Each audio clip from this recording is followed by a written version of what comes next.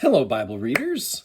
So within this narrative, as Moses and Pharaoh enter into a contest that pits God versus false God, Moses versus the magicians, which would make a great band name, by the way, in the midst of this story that pits a system of governance that's basically a pyramid scheme that leads to the enslavement of people versus an economy of neighborliness where we're free to serve each other. Amidst this contest, we have a pivotal moment in the Bible where the magicians couldn't make a gnat.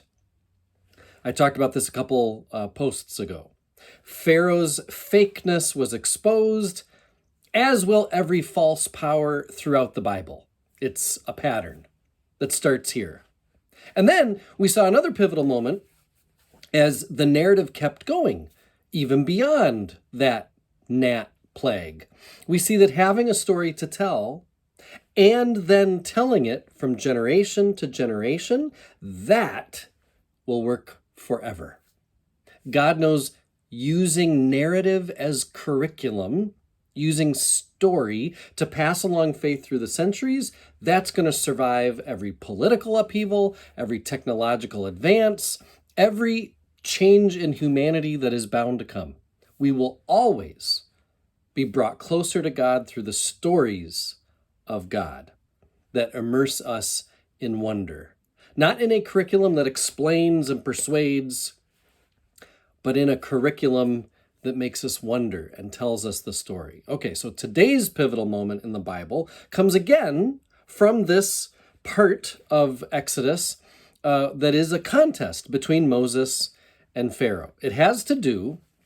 This pivotal moment has to do with the negotiation that Pharaoh tries to have with Moses. He bargains, Pharaoh does, like every tyrant who's on the cusp of losing power.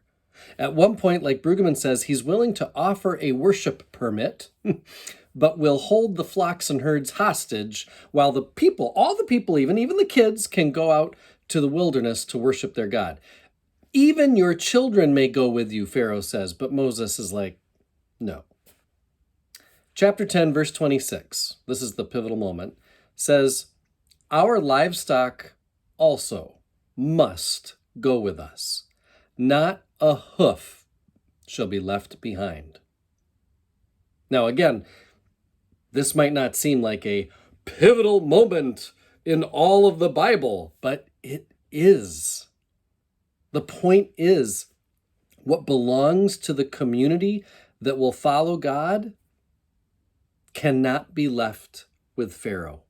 No matter how lowly, no matter how seemingly insignificant, all will be included in the departure. Not one hoof shall be left behind. As much as using a gnat to make a point at how impotent the magicians are, the same thing is happening here. Not even a hoof will be left behind. Brueggemann reminds us that Nelson Mandela was offered his freedom by the South African government, and he said, no, not unless you free us all. Moses says the same thing. He will not go. Most of them will not go unless every particle of this community can go with him. Nothing will be conceded to Pharaoh. This is a forever question, right? Who should be left behind? After their 6th century exile, Israel had to grapple with who is welcome home. As we all go back home, who shouldn't come back? As we return to the land promised to Israel, who qualifies? What genetic qualification might we impose? What pedigree must one have? Is there an intellectual bar that one has to rise above? Can someone who is deaf or blind or feeble in any way, who gets left out? And then comes the Isaiah tradition that echoes Exodus 10:26, Isaiah chapter 35. In fact, read it. That's an assignment connected to this Exodus study. Disqualified persons who might have been left behind are invited and actually expected to return. They are given protection for their journey even. Isaiah chapter 40, verses 10 to 11, talk about the weak and the vulnerable not being left behind. Isaiah chapter 56 paints an extreme picture, actually. Foreigners and eunuchs, the most likely to be excluded, are to be included in the restored worship in Jerusalem, according to Isaiah 56. As Christians, we can point to the story of the Roman centurion spoken of in Matthew. Many will come from east and west and will eat with Abraham and Isaac and Jacob in the kingdom of heaven, says the Gospel of Matthew. Really? The claim here is that God's will to embrace and bless the earth is about embracing and blessing the whole earth, and that will overwhelm all resistance and defeat every impediment that serves exclusion. That's what our God will do. Of course, the fear from those who feel like the faithful thing to do is to exclude, to leave some behind, because maybe they deserve it, or maybe someone's circumstances somehow will pollute the good, clean community. Some people's fear is that if no one is left behind, if everyone is allowed to come home, well, then anything goes, right? Aren't there standards? Brueggemann responds to that by saying, this isn't about anything goes.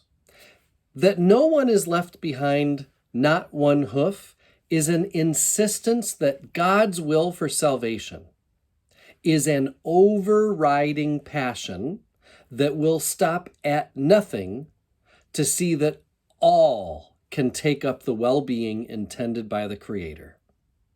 Everyone's given an opportunity. My understanding of what Brueggemann says is this: I, or we, together as a community, may choose to not receive, or as Brueggemann says, take up the well-being intended by God.